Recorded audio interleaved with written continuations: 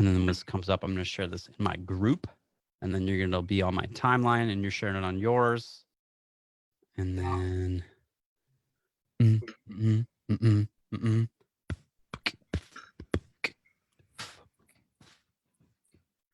me double check to see if... Yeah, we're on. Let me just approve this. Add to timeline. So let me go to here.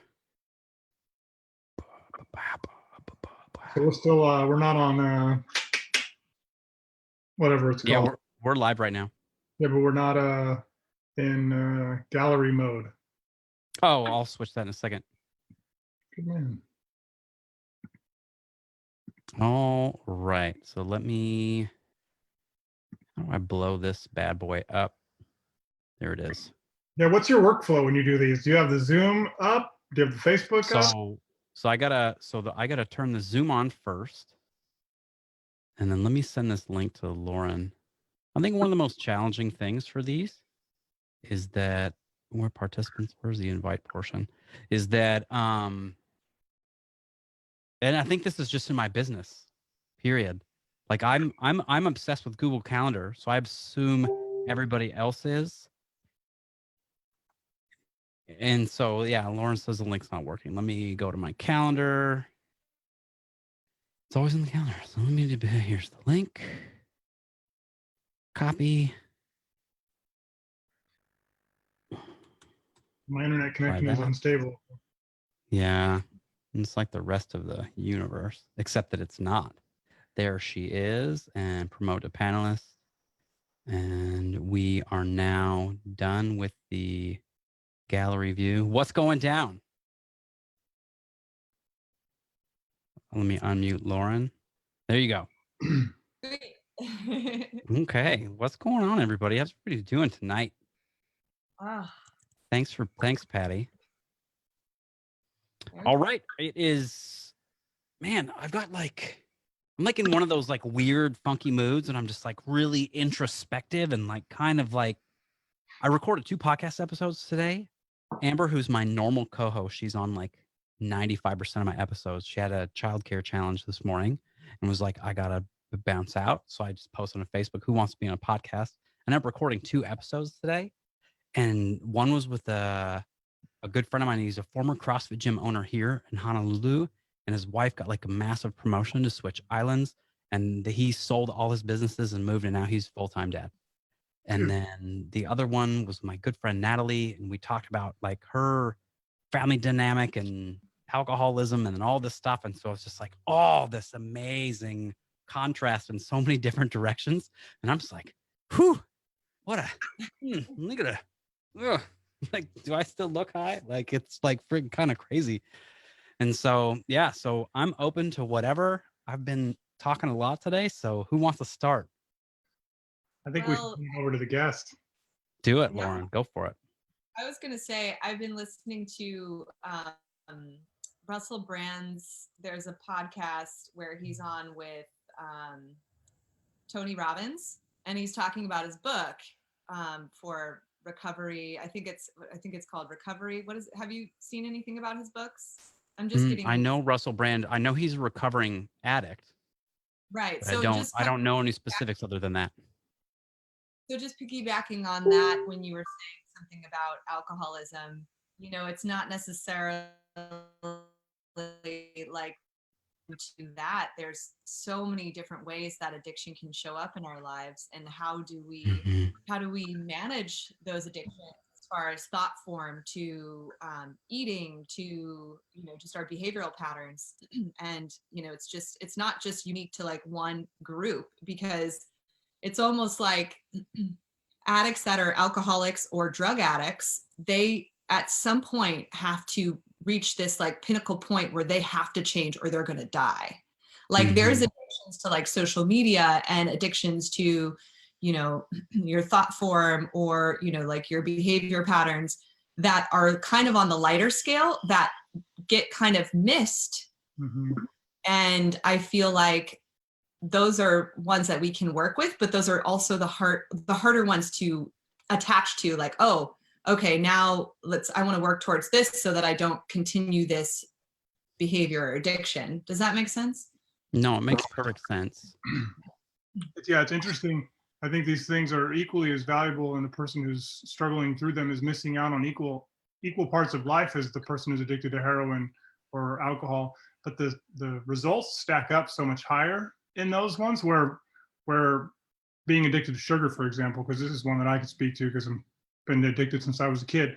Yeah. Is the results take so long to translate into some sort of effect. So it's like a sedated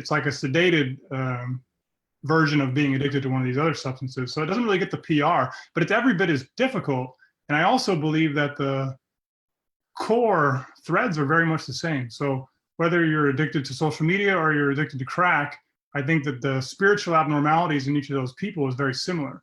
And not the cure, but the empowering way out, I feel, is very similar. And it doesn't necessarily look like the way that we treat addiction. We label it like a disease, when really it's just it's a clash in belief systems. Mm-hmm. No, I think the disease model versus the not disease model, I guess whatever you want to call it, is a big topic of debate. I know Amber, my podcast colleague, believes in the disease model, and I have a really good friend named Sean, whom I talk a lot offline about, and he doesn't believe in that at all. And I think it probably doesn't even really matter. It's just based on what the person finds more valuable and how they stay on or stay off or whatever it is, and it's based on them. And I think both can be used as an excuse and as very powerful levers to get out of that. It's just interesting when I think about the things that I was like addicted to. I would say video games and women and alcohol and, you know, being manly, like whatever that means in the terms of like, you know, like that kind of thing. And so, no, it's really interesting. What do you think Dustin, going back to what you said earlier, what do you think the common spiritual disconnects, what does that look like to you? I think that whether it's sugar or cocaine. Sure. I think that person A believes something that they learned very early on in life, and they still believe that. And 30 years go by, 10 years go by, however much time goes by, they learn a new belief, and the beliefs just don't reconcile. So there's a clash in these belief systems. These are core operating belief systems that are clashing. And so that's a painful situation. And so it's very easy to disassociate from that clash because we don't know how to reconcile that. But as soon as we start getting sort of control over our mindset, and we accept the fact that we're beings that can maintain contrasting ideas simultaneously. This is basically the birth of consciousness, was the idea of being able to entertain two things at the same time that don't necessarily align. Once we learn and train that ability, the addiction problem sort of just fades away. And there's a lot of things that are driving it on the very top surface level. It looks so many different ways, but at the very bottom of it, for me, it's just that clash, that spiritual abnormality is what I call it. And that's one of the things that I've heard in a recovery program that I'm pretty familiar with. That's the context and the container that they put it in. And it's about reconciling that clash or accepting the fact that we can harbor conflicting ideas at once simultaneously. So speaking of conflicting ideas, Patty's watching and she says that it's definitely a disease, addiction, and that the AMA has finally recognized it. So I guess my question to Patty, and I guess the group as well, is does it matter right now whether it's a disease or not? Like, does the action to get out of that or to move past it, does it being listed as a disease, does that help you stay recovered? Or I'm just curious what you guys' thoughts on that are. Good question. I think just from recovering addicts and addicts that I do know, that the stigma of it and like going to AA and like this whole thing of like having that label there's this shameful piece to it. And I think sometimes it can be like, well, I'd just be in the addiction anyway because I've already have this label. But, you know, in some ways, like, I think it's really the person that's addicted is fine the way they feel fine the way they are because they're, you know, they're in their substance and they're, you know, abusing it and feeling, you know, good when they're doing it. But it's the people around them that are, I think, it's almost, I've heard something about like codependency is like the sickness of it, or the enabler, like the enabler and the codependency. Those are the people that need the most help around it because they want to fix this person that's already doing it. So, you know, I don't know. I'm okay with the disease model as long as we're not externalizing our solutions. And so, being someone who has recovered from a variety of different addictions, the second I start externalizing my solution, I take all my power away.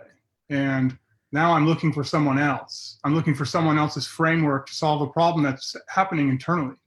And that model just doesn't really sit well with me unless the person is, or unless the model includes the person being a part of their own recovery. And a disease insinuates that I need care from outside.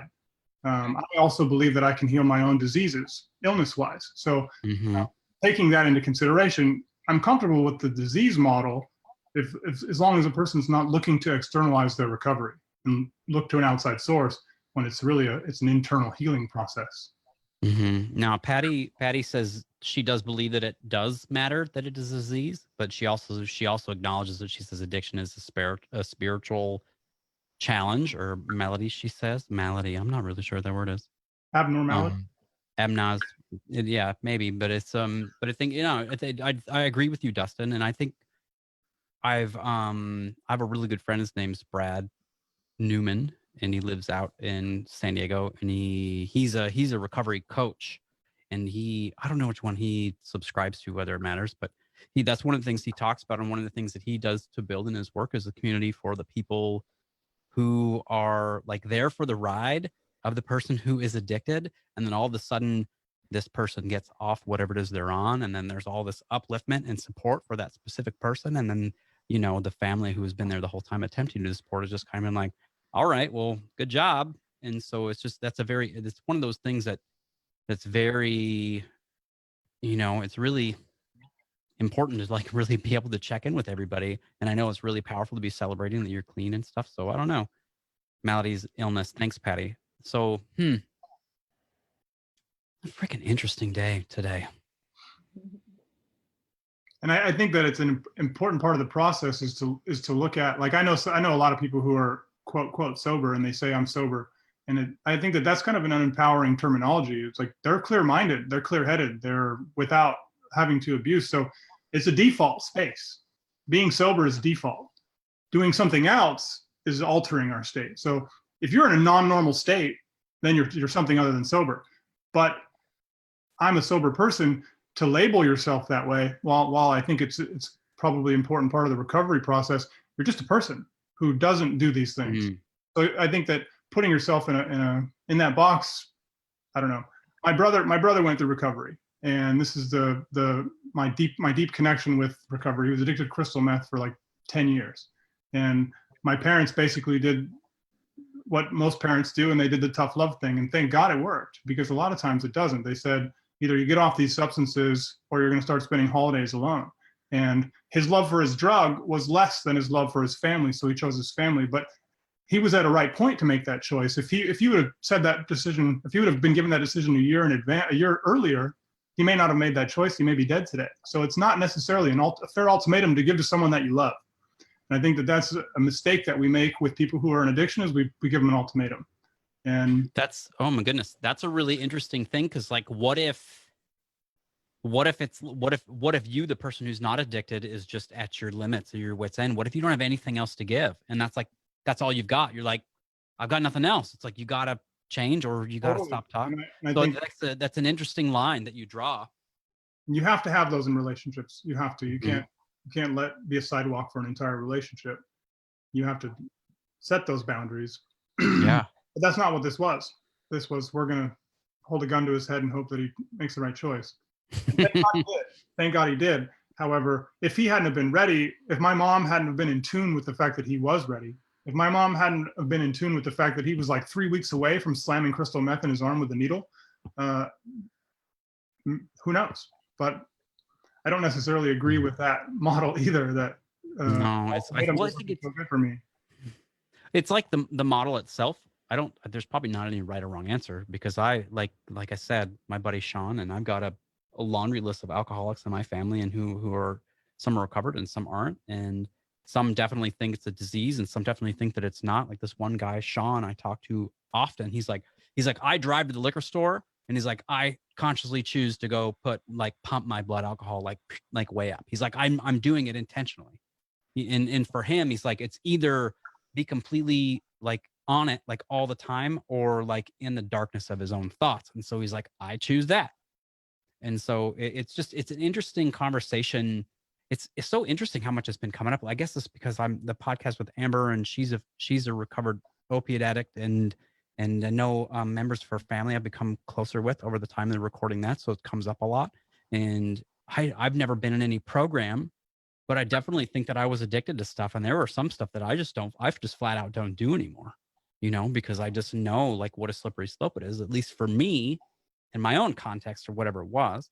But I've never been to a counselor specifically for substances, or I've never been to a doctor for what any of the stuff that I would consider to be addicted to.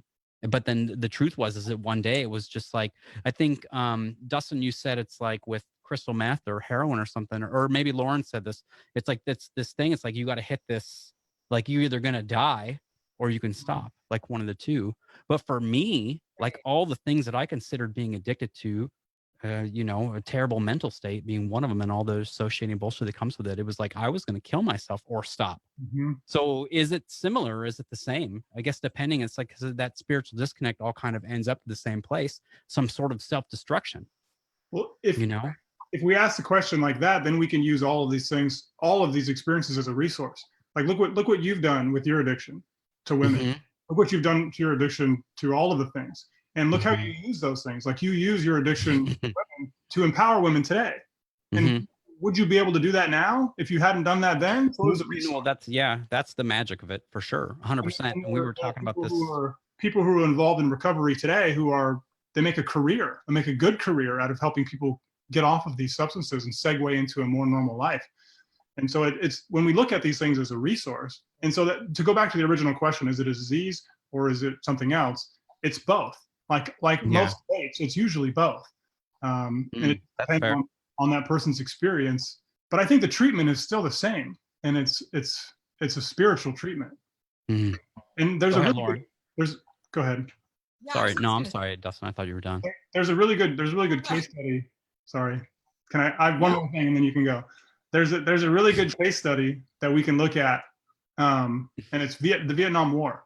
So in Vietnam, there was like 85% of the military was addicted to heroin, and the military was terrified. Like, oh my God, we're going to bring back a bunch of heroin addicts. This is so scary. This is so scary.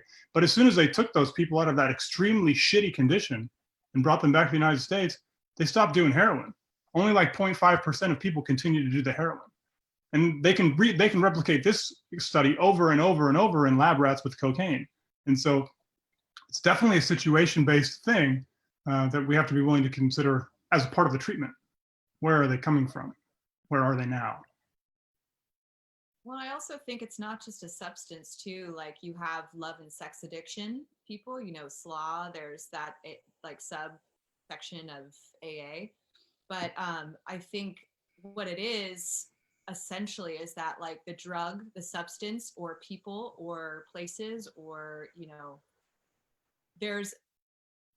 I think what it is that ultimately it's connection. So like when people do cocaine, it's like they feel more connected. When people do, drink alcohol, they feel lively or connected in a way. But it's in the same thing with sex and love. There's that connection thing. There's that high. Love's the same way. You get a rush. There's a rush off of like meeting this person for the first time, and you want to chase that feeling and continue to chase that feeling. But then once that feeling starts to subside, then it's like, oh, go to the next and go to the next. And, this kind of, I've seen, especially with like sex addiction. And I've known a few people that have had that, like they just are not satisfied, and they're never satisfied with feeling like settled or grounded, or it's just chasing that high, and there's that continuation of that. But I really think ultimately it's connection. Like I think people really want to feel connected, but maybe they don't have the resources to get connected, and so they go to substance or sex or love or social media, whatever it is, or they don't know how. Or they don't know they need it. Yeah. And they don't feed it. And like, you know, you have a yoga class, people feel connected when they get in their breath and they get in their body. And so it's feeding that, but in a healthier way, you know? Same thing with food addiction. Like people are addicted to food, and you know, it's such an interesting thing, because it's like you could either be avoidant of something or you could be completely like attached to something. So it's like with food, for example, like people can overeat and that's an addiction, or like people can undereat and that's just an addiction to something else. And it's just like, how do you even like categorize it? There's so many different ways that it can show up in somebody's life, you know? So Yeah, I think that's a really good point. Mhm. We talk about this a lot. Like I'm in this Facebook group called Lead with Integrity. It's like a really big group. They talk about a business. It's like very business focused. And the one guy who runs the group, he's like, what does integrity mean to you? And I was like, well, if Dustin and I show up one day and we both agree to the same things and we think that we're on the same page about stuff, like then we have integrity to each other. But then Lauren shows up and she has a varying opinion and we're like, well, you're out of integrity. And so I think it's just one of these things. And I mean, that's a benign example, but it's just like, you can, you know, your definitions can match to some people and then they can be on par with others or off par with others just based on experience and awareness.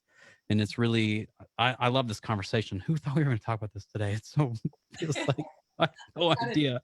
And so it's good though. So this must be needed to be talked about. And so, yeah, it's both. It's neither. It's up to the person. Mhm. You know, I think it's an extremely individualistic thing, just like anything else. and it's through observation of our world. Like, I mean, you just see it, it's there, but it's like this moving target. Like you can't really put your finger on it and be like, that person's addicted and that person's this or whatever. It can change and evolve. And I think it's just how you are able to break the cycle. Mhm. And like, how can, like Russell Brand says, like, how can you unfuck yourself? Like, instead of like, you know, it's just like, how are you going to unfuck yourself? Nobody else can. Sorry, True. I'm cussing on. No, this is, Fuck it. fuck it. Like, there you go. We're all in the same boat now. No, you're our people too, by the way, so it's good. Nah, don't apologize. Take it back. So I think that's the trick question. Is you really got to find something that you value. In Dustin's brother's case, it was family over his substance. In that case, it was my life over, you know, all my own bullshit. And it's like, but it's like it can be a violent process. And I think it's rare that it, and the word violent, I've used this word several times today, but like contextually, it's got to be like somebody shaking you, whether it's the universe or a friend or a family member or a car crash or your father dying, or, you know, you waking up one day and you got a Roy Orbison tattoo on your ass, like something, you know, and like that's like, oh, what am I doing with my life? So it's, you know, it's got to be something like that. So, I don't think it has to be. However, I think that the universe has an autocorrect, and if we pay attention, we can be a part of that autocorrect. And in the context of you were on the edge of your life, and you were like, yes, okay, I got to make a change, or this is it for me. And either way, you would have been right. Either way, you would have been right. And luckily, you were right in the context that allows you to still be with us and still allows you to contribute. And to change gears a little bit, sort of segue into a different gear. So I've been sober since my birthday because I've had a long and beautiful history with marijuana that often turns abusive after so many years or months of consecutive use. So I recently had quit, and I went through a really odd, unusual process, and was pretty depressed before I quit, and we got a little more depressed after I quit. And I made a list because of you, Ryan, and and your group. And I made a list of things, and it was a nice reality check because I hadn't taken note of what's going on in my own life. And I think I've talked to you a little bit about it. I made that list, and without even doing step 2 or step 3 or any of the other steps that you so beautifully created for us, things started to change. And I made a couple of small moves in my business, and have had some really, really great conversations that are hopefully going to lead to really great opportunities for me in regards to that. So I'm super stoked about that. And I've actually said the words today, the seas have finally been parted for this thing that I've been really trying to do at my career, my work. I said, Moses came in today because he parted the seas. I can finally move forward on this project. And now I'm super excited and motivated to go to work tomorrow. I can't wait to go to sleep so I can wake up and go to work tomorrow. That hasn't happened to me in months, man, in months. And it's all because I wrote a 3 next to my job. And I don't know. Very interesting. Very interesting. So It's super interesting. paying attention is a very, very yeah. And how many, and the 3 of us here, we can all raise our hand to some extent. Like, how many times have you gone months or years, like Dustin said, and not even asked yourself, like, how are you doing to yourself? How am I doing right now? And it's just because we're all turning and burning, and part of the thing, it's like, oh, if I just stick to this routine. And I think that's one of those things too, is that you'll see like successful people, you got to make a routine. You got to make a routine. You get up in the morning, you breathe, morning ritual, bro.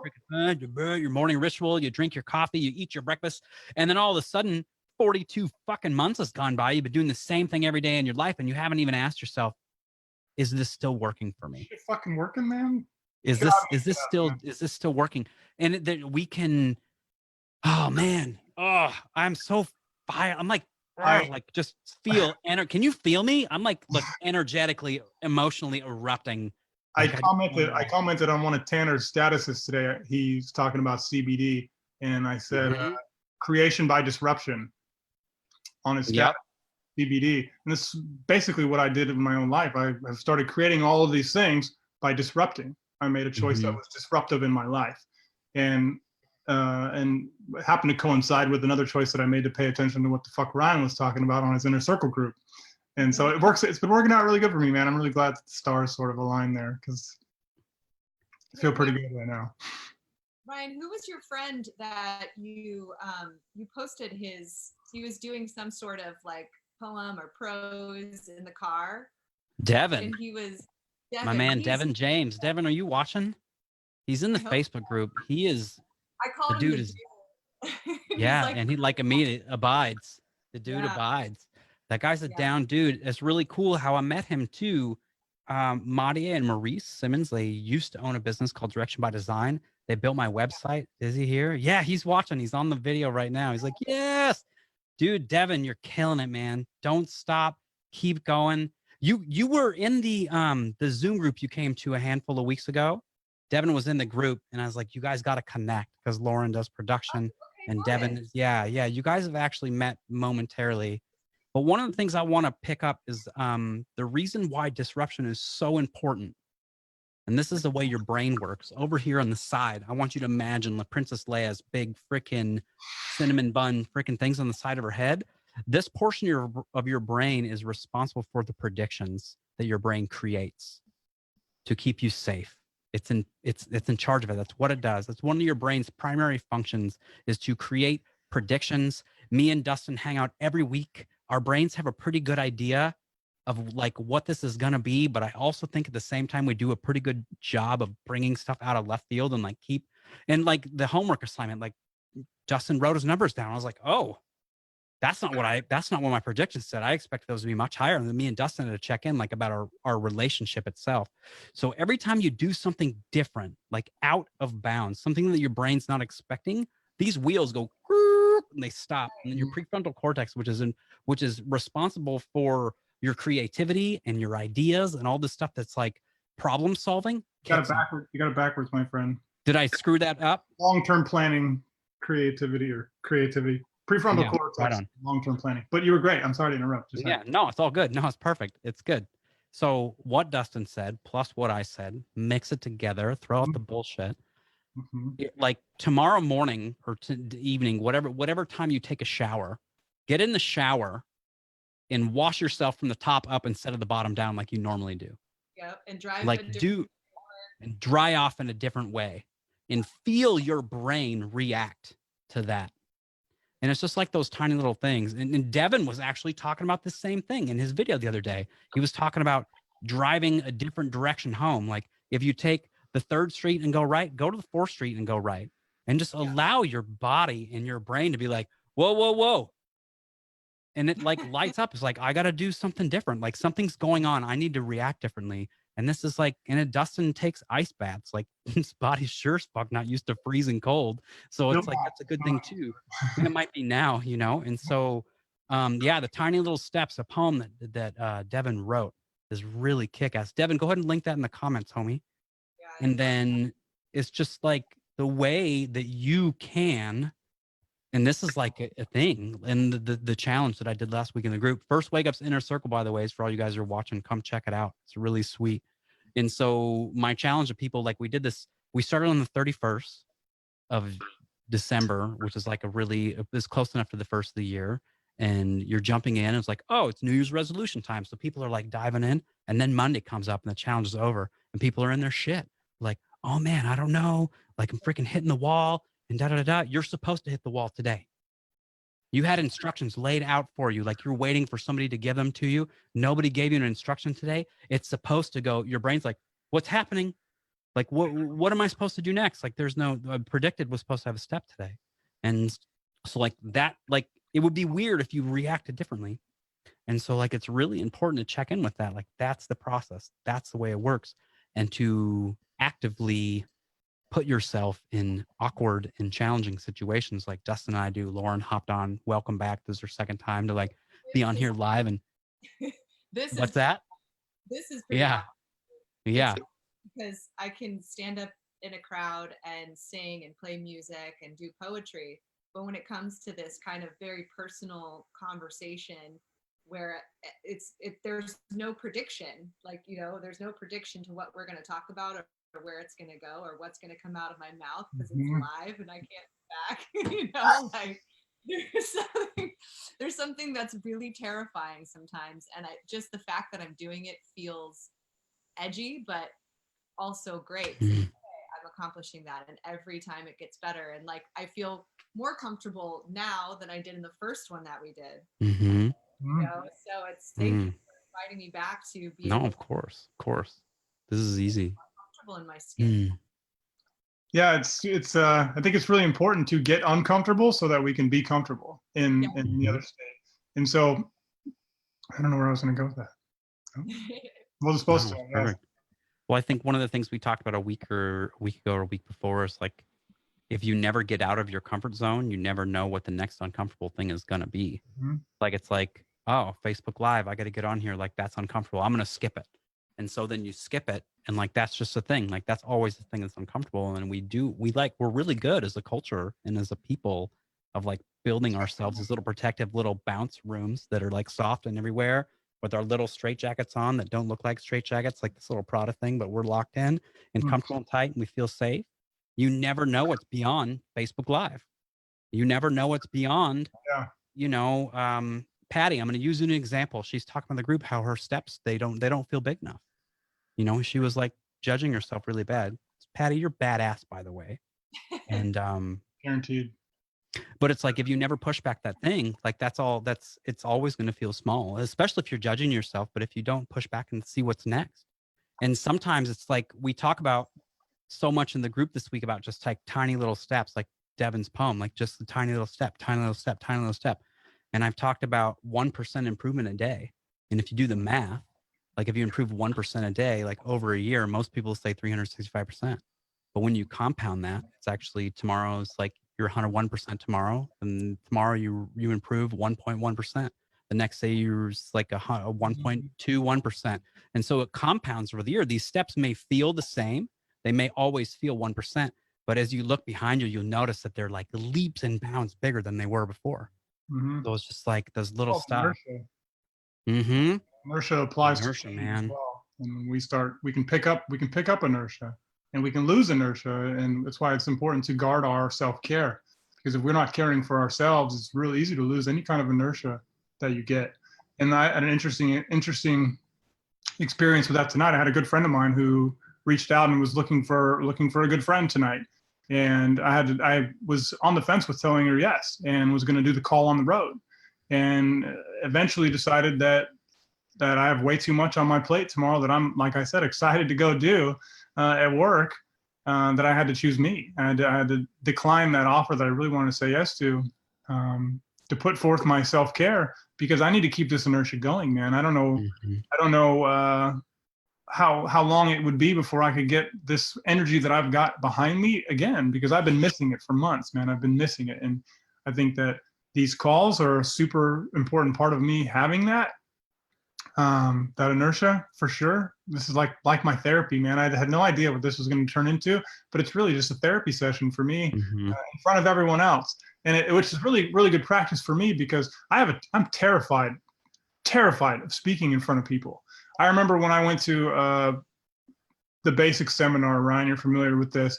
When I went to the basic seminar, I remember sitting in the very back, because that's what I was at the time. I remember sitting in the very back of the room and thinking to myself, man, I wish I had a nice suit like that and I could stand in front of a room and talk like that. And I remember wishing that for a really long time, but never even thinking that I'd ever do that. So I do that now, except I'm barefoot and I'm wearing what the fuck I want to wear. But I'm still talking in front of a group full of people. I host workshops every month, and that's what I do. I talk in front of people, and I feel fucking great during it. I feel great before, and I feel great after it.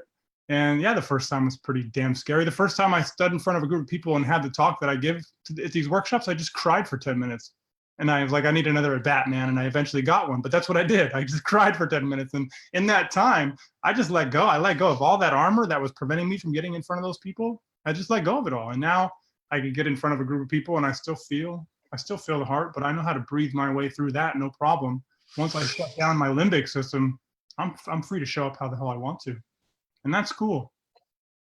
And I feel like people, when you're standing up on stage, and what I see at TED Talks a lot is that the people that show their authenticity and their true self, and they speak the truth up on stage, are the ones that get the most reaction and the most like, thank you so much for that speech. Instead of putting on a show, the person that puts on a show and it's an act and it's fake and it's a false sense of who they really are the ones that don't get. I just feel like you can touch people, move, touch, and inspire people through being authentic. And I'm learning as I go to be able to speak my truth. And it's scary at times, whether it's with one person or a group of people, or, you know, like a small group of people or a larger group of people. And it's vulnerable. And through music, it's funny. It's almost like I can hide behind a persona when it's like, it's not really me. And I think this is why I hear a lot of like actors and musicians talk about how it's easy to get up on stage, but then they're shy. Like that's kind of what how I feel sometimes, is where I'm like really shy. I'm like this shy little girl, but then I get up on stage and I'm like this other person. I can be whoever I want to be. But I'm like, how cool would it be if I could just be me authentically up on stage and be like, fuck it, I'm gonna be vulnerable, you know, like this is And great, you know? you really can when you apply the same emotional logic that you're playing when you're contributing music. So when you're getting on stage to contribute music, are you doing it for you, or are you doing it for them? I'm doing it for me and the greater good of the whole. You know, it's really You care about their experience. Otherwise you'd be playing in front of the mirror. You're not making music. You care about their experience. You want them to hear your best music so they can enjoy it. And so that's the part of authenticity that everyone skips out on, is don't do it for them, or don't do it for me. Like I don't get in front of a group of people so I can hear my own voice. I get in front of a group of people so I can communicate a very important message that I think is going to be very relevant for them. So when I externalize my reasoning, I get over all my own shit. I don't have to worry about how stupid I look or how dumb I sound or if I'm going to make a mistake. All I got to worry about is communicating what I know to this group of people as in as few words as I possibly can.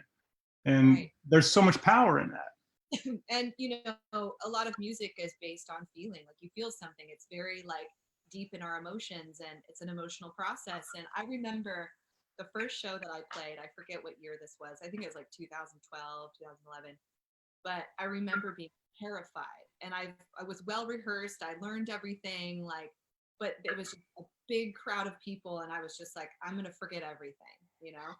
And I just remember my bandmate Nate looked at me and he's like, Lauren, just have so much fun, because people just want to like receive this. And I promise you, the moment you hit that first note, everything's just gonna come, you know. And I hit the first note, and I just kind of looked over at him, and I looked at the crowd, and I was like, this is home, this is family. Like I didn't feel alone. And I felt like I want to deliver this message of music because it could uplift and, you know, make people dance or feel something, you know? So, yeah. Hell yeah.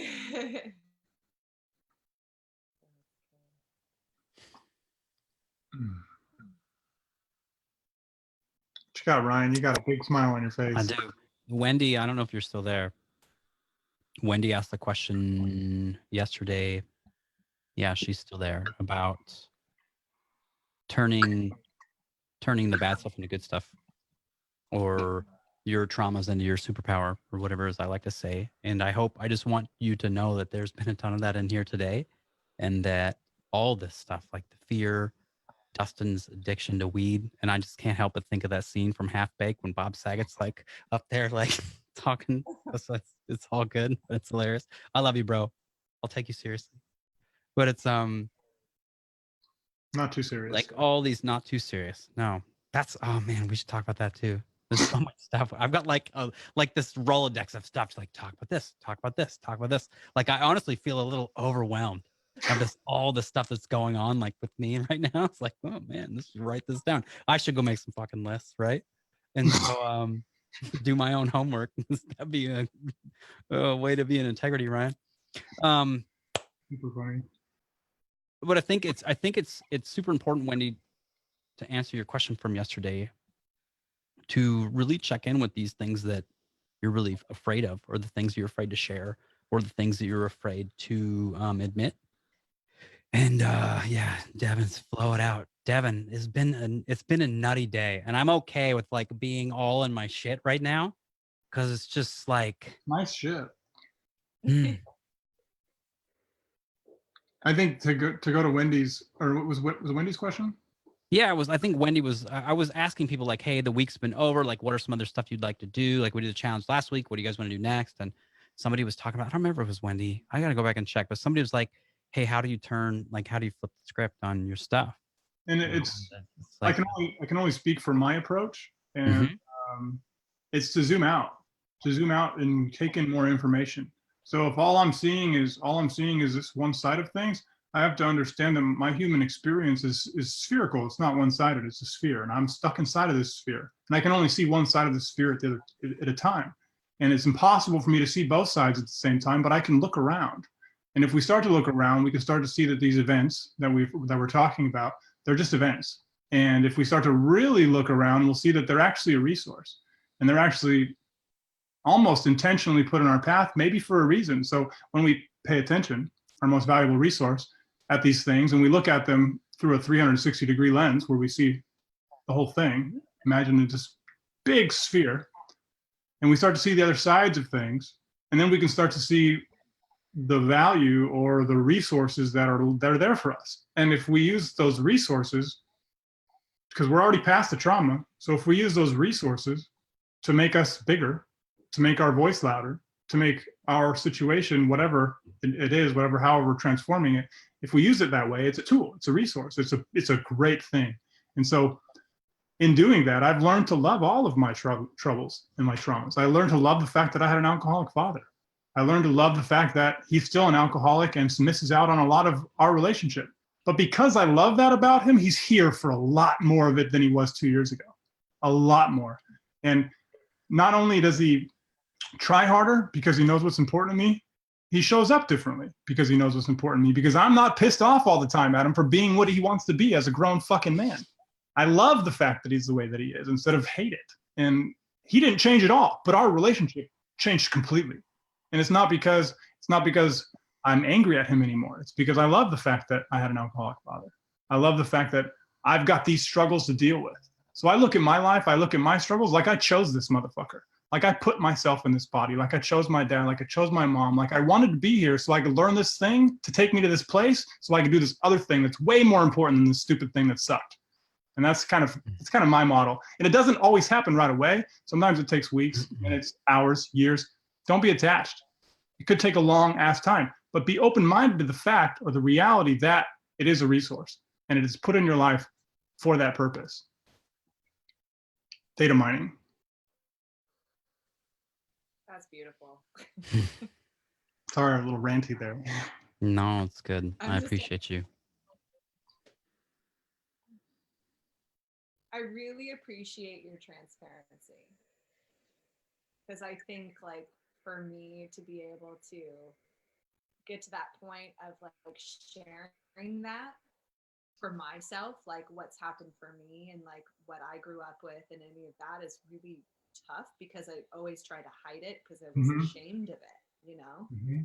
And so just what a gift to be able to be really transparent in that way, and you know, getting there and just being able to be that teacher that it's actually is safe, because we're all here to help each other grow, you know. But Mm-hmm. that's the thing, if we hide it we can't heal it. So this actually goes back to our last talk, and you know, I think I'm not feeling like totally safe enough yet to like talk about that stuff, but like when I do, I can just feel it being so empowering, and I just see you communicating about it and it just looks so empowering and it's inspiring. So thank you, I appreciate Thank you. it. This is something that I truly believe. Whenever you see something like that in somebody, whether it's something you really love or something that you're not feeling too hot about, it means that that thing's inside of you. Mm-hmm. To what developed it is.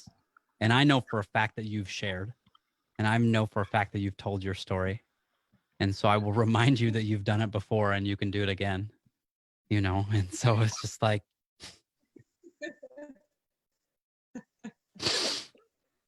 man. But it's like so, because it just makes me feel emotional. No, I'm really emotional too right now. I don't know what it is. It's like one of those things. I've been like, I don't know. I think this is just like one of those really good cries that I've been like waiting to have for like 3 fucking weeks. I was like in the car and something comes up and it's like, I just need to let this out. And so I recorded like, it's just like these amazing podcasts and just like conversations with people. And one of the things we were like, I was talking to the woman, we're publishing our episode next Tuesday. So I've agreed to not mention her name on Facebook specifically. But like, she just talked about like the abuse she received from her father, and that something as simple, and like she didn't even realize it was abuse because we're cultured and, you know, taught in a way to like, oh, those words. And she was like convinced at a young age that she's just irrational and overly emotional, right? And then, God, when she was in high school, she was like itchy all the time. And then somebody like randomly in the 90s or like early, you know, 2000s was like, hey, why don't you try not drinking milk? And it was like something as silly. And I don't know. It's like I'm gonna like literally crying over spilled milk right now, but it feels good. So fuck it. Like this detail, like something for her to get off of this food that she's just so used to eating, like this physical practice, right? And once she was able to like really get in tune with her physical body, then all these other things like started to come out, like all these emotional stuff that she wasn't even able to see before the physical things were happening. And like just this detail, like this connection, it's like, yeah, of course, like I know this is what I do. Like I know the physical, the spiritual, the mental, the emotional, like I know it's all connected, but it was just the way that she told this story today. It was just like really, really hit me. It was something as simple as like, and her thing was this like, you know, and back when, you know, 15 years ago when getting off of dairy wasn't popular like it is, like shit, we did a dairy-free, gluten-free Christmas. But she came over. She was one of the people we had over at Christmas at my house. And I just don't know why, like, if you, and all she wanted was somebody to talk to that would listen. Mm-hmm. And so it was just like for you guys to be here and for like, you know, our 10,000 viewers, as Nicholas would think, to be here to just like hear us speak truth that's true for us, and to be able to connect with these two people that I connected today about fatherhood and motherhood, and just being able to speak so that somebody else is there. Like I'm just like so overwhelmed with just gratitude for all of this. And it's just like,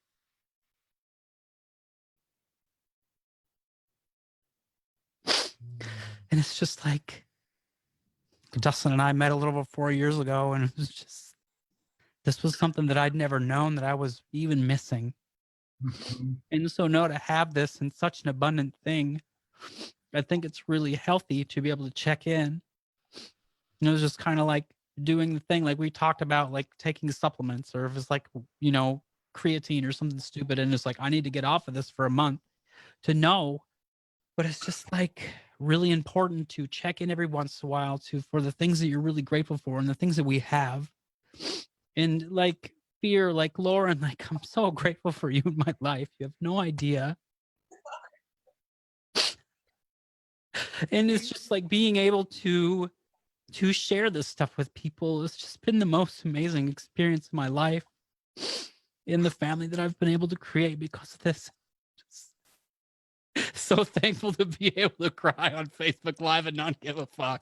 I just don't care. Yes. So I just don't care. So all of you that are looking at me and be like, that's kind of weird. Be like, that's why we're doing this shit. That's why it's called Do Weird Stuff.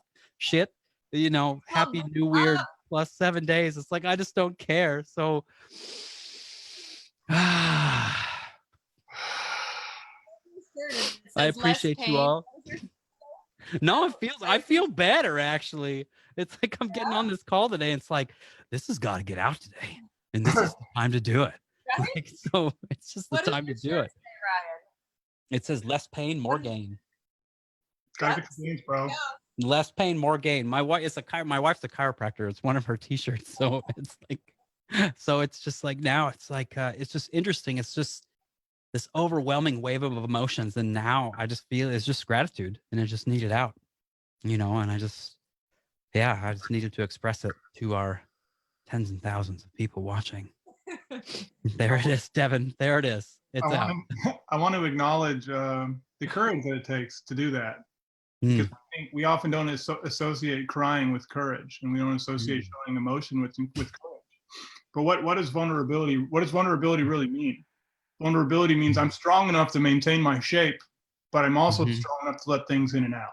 mhm. That's what you just did. You maintained your shape, but you let stuff in and out, and that's strength, man. That's Mm. a very courageous and powerful and strong action. And it's so easy to demystify that whole process and be like, oh, he's just being a crybaby or label it something offensive, and to take away from how meaningful and how powerful and how intensely awesome that really is. I've cried in front of rooms full of people and just stood there with a microphone in my hand, just cried. So I know what it's like. Yeah. It's very nice. Oh, it is. Anybody that would call me any name is not taking anything away from me. You're taking it away from yourself, just to be clear. Yes. Because I don't care. I feel freaking awesome right now. I feel way better. Good. Oh, man. It's a beautiful thing, and let the fucking world see it. I've been saying Hmm. fuck a lot. You know, No, just- it's all good. That's why I bring Dustin. So it's always like toned down on this end. So he's this like, it's funny, but I think Dustin, this is probably, how many times have we done this? A dozen or I so? don't know. Yeah, at least Yeah. 10. Yeah. 10 or 12. No, it's good. Today at work, I was sitting there and I was looking. Sorry, boss. I was looking at pictures of Thailand, but it was only for like 5 minutes. But, Sure it was. and I was looking at Krabi because I think we're gonna fly down to Krabi, and then Phuket and just the islands there, and just how beautiful they were. Like I was feeling like overwhelmed with how beautiful our planet is. And then my coworker Dominique was sitting next to me, and she's like, "Isn't it just sad to think that we might not have this?" And I was just like, "Oh my god, like it's so beautiful, and it's just so fleeting." And something really interesting today happened as I was driving out of work. I was pulling out, and all of a sudden, this Mercedes just is zooming by real fast, and he almost hit me. It was like that much. And I felt that feeling in my body of like, whoa, I'm alive. How did that fucking happen? Like, just, it was so close that I thought for sure. And in that moment, it was just this kind of like chills through my body, like, wow, I made that.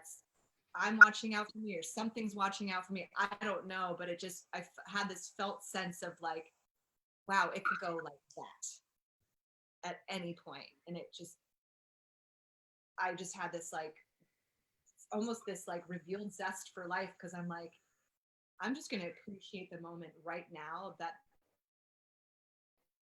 that car so fast. And I'm going to drive home and just like try to see in a different way. And it's also restructuring, like we were saying, like that, you know, that what did you say, psychic side of our brains, like something that we're just so used to. It's the same thing, like trying something different. I tried to look at things a little bit differently on my way home. And I saw this beautiful sign, and I see it every day when I go home from work, but I really saw it tonight, and it just said dream in sequins, and it's off of the 101 going to San Francisco. And I'm just, you see it, you've seen it. Totally. And I was just like, dream, you know, like, and then I just started thinking like life is but a dream. And here we are in this dream, and we have these opportunities to just like be like ecstatic about little things around us. And so just being in that moment and being like, wow, I should really appreciate this, you know, which I do, but just the little things and being really in tune with them. So, yeah. This is awesome. This was awesome. It's awesome. Yeah. Tell your friend she missed out on her best birthday ever. I know. You would have loved this, by the way. Oh my goodness. Oh, I know. Is there any? She's like, can I get on any other calls? And I was like, Yeah, we'll work it out. I think we have a spot open next week, and the week after the 14th, we have a spot. The 21st, we're open. 28th, we're booked. Yeah. Making space. yeah, she's all ladies this love month. And relationship coach in Chicago. Nice. Ladies month. She's going with me to Thailand. We leave on the 25th. So perfect. I'll ask her what days work for her, but she's a love and relationship coach in Chicago, and she's just great energy. Jules, if you hear me, she's amazing. So Thailand's one of my favorite places on earth. I've only been to 15 countries, so I won't say it's my favorite country, but it's pretty damn close. And it's definitely one of my favorite places on earth. And specifically the islands, which is where you're headed, the islands Koh Tao, Koh Samui, and Koh Phangan, are truly magical places. And careful, you might never come back if you go to those islands. They're a trap. Thought about that. Yeah, it's easily could stay. You can survive on very little money down there. And to go back to what we were talking about earlier, as to take into the consideration the idea that Earth has grown these things for us to explore. And so in the same way that you're going to go explore the islands in Thailand, I'm going to explore the traumas in my life. And I'm going to look at those things, and I'm going to treat those things like a resource from Earth, that these are a gift, like Thailand, like this beautiful sunset that I'm going to see on the beach is just as much as a gift as the struggle that I get to feel in my life. This 2-month-long depression that I got after my journey in Burning Man was a very rough depression after. It's as beautiful as beaches in Thailand to me. And I love every second of shell human that I felt like I was, because I don't really get sad when I'm depressed. I just turn into zero. And I just am a shell of who I am, and I can operate at 60% and do fine in my life, but internally I'm empty. And it's a very shitty place for me to be when I'm in it. But when I'm starting to get out of it and finally transcend that space, I look back and I'm just like so fucking thankful that I got to feel that, because the way I feel now is such contrast to that feeling. And when we explore the contrast between these things, there's just so much gold and richness and life in that moment. So I encourage anyone to explore the traumas of our history the same way that you would explore a beautiful beach in Thailand. Oh, that's so amazing. And humans love contrast, and just I like that thought of how can we explore this in a way just like you would a beautiful beach. Like that is a great takeaway. With fresh eyes, without judgment, saying this is a negative thing that happened to me. No, it's just happening to you. It's just a thing. Just a thing. Beach. Yeah. Just a wave. How you ride it is up to you. Yep. Beautiful. You guys got anything else? I think that's it. My soul's already on fire, man. I'm good. I feel so good. All medicine today. I'm ready for a nap.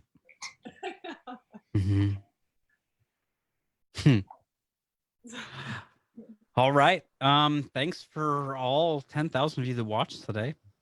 And we're gonna start saying that so people think that they're missing something if they don't come. But it's I appreciate you guys so much today. I needed this more than I even realized. So mahalo. And Dee, I'll see you next week. Lauren, I'll see you on Thursday. And let me know if you guys need anything between now and whenever. Okay. I'm available. If you guys are still here to the end, there's more of this in the first Wakeups Inner Circle. The three of us are all members. So it's a private Facebook group. It's small. There's like 70 people in there right now. And the whole intention of that group, just like these calls, it would just be the Facebook group version of this call. Just people sharing and being open and being honest with each other and sharing who they are to their maximum capacity so that the next time they do it, their maximum capacity is a little bigger. And so if that sounds something like you'd be interested in, or if you know anybody, if you're watching and you are in the group and you know anybody that maybe like just toss them an invite and bring them in. And so, yeah. It's a really good container for self-expression. So if expression of self is something that you're struggling with, there's a good chance that it's having some feedback in your life. And if we start playing with that self-expression just a little bit, and we have a nice, safe container in this group to play with that self-expression, you'll notice that expression coming through in other places in your life. And the more that you express that self, the more self there is to express, and people are going to love you for it, and they're going to be drawn to that type of energy. And it's there for you. It's there for you as it is for me, as it is for anyone. So if you're looking to play with self-expression, please join Ryan's group. He's definitely got a cool thing growing. I don't know how big it's going to get. Hopefully he caps it at 100. So join fast. That's actually a good idea. Yeah. You want to keep it small because the integrity of the group is important. Because it's a nice safe space for a lot of cool work. So check it out, guys. All 10,000. That's actually really interesting. All 10,000 of you. There's only room for 1%. I also have a weekly Zoom group that's like this, except private. If that's something too you're interested in getting involved in, it's very much a similar thing. We just share our wins and challenges and discuss, and again, share and express. I believe that self-expression is our best tool towards self-exploration. And so again, if that's something to do, just shoot me a message on here or come stalk me in my house and we'll figure something out. And I'll talk to you guys. Last thing. That's why the self is here, is to express. Yeah, that's why it's here. Everything on earth is proof of that. A rose has petals and flowers because it's here to express itself. We are no different from the rose. We are here to express ourselves. If you're not showing your flowers and your colors, you're dying inside. Everybody, arms up overhead. Thanks for playing. I love you both. Love you too. And we'll see you soon. Fire. Mahalo. Bye.